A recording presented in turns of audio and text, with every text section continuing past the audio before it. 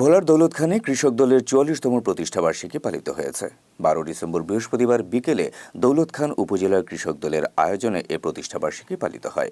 জাতীয়তাবাদী কৃষক দলের ৪৪তম প্রতিষ্ঠাবার্ষিকীতে প্রধান অতিথি হিসেবে বক্তব্য রাখেন ভোলা ২ আসনের সাবেক সংসদ সদস্য আলহাজ হাফিজ ইব্রাহিমের সহধর্মিণী ও দৈনিক খবরপত্র পত্রিকার প্রধান সম্পাদক মাফরুজা সুলতানা। এ সময় তিনি বলেন, বাংলাদেশ একটি কৃষি প্রধান দেশ। দেশের কৃষক বাঁচলে দেশ বাঁচবে। এ সময় ন্যায্য মূল্যে সার, বীজ সহ অন্যান্য সরকারি বরাদ্দ প্রকৃত কৃষকের মাঝে সঠিকভাবে বিতরণের দাবি জানান তিনি।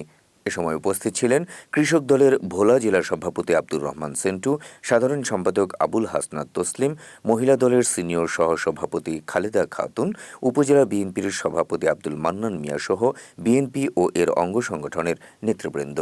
মনে পড়ে না কবে এত সুন্দর একটা অনুষ্ঠান আমি দেখেছি। বিশেষ করে সেন্টু সাহেব ঠিকই বলেছেন যে কৃষক দলের মতো অবহেলিত একটা দলকে কিভাবে আজকে এই পর্যায়ে নিয়ে আসা হয়েছে, সেটারই একটা প্রকাশ দেখলাম, বহিঃপ্রকাশ দেখলাম।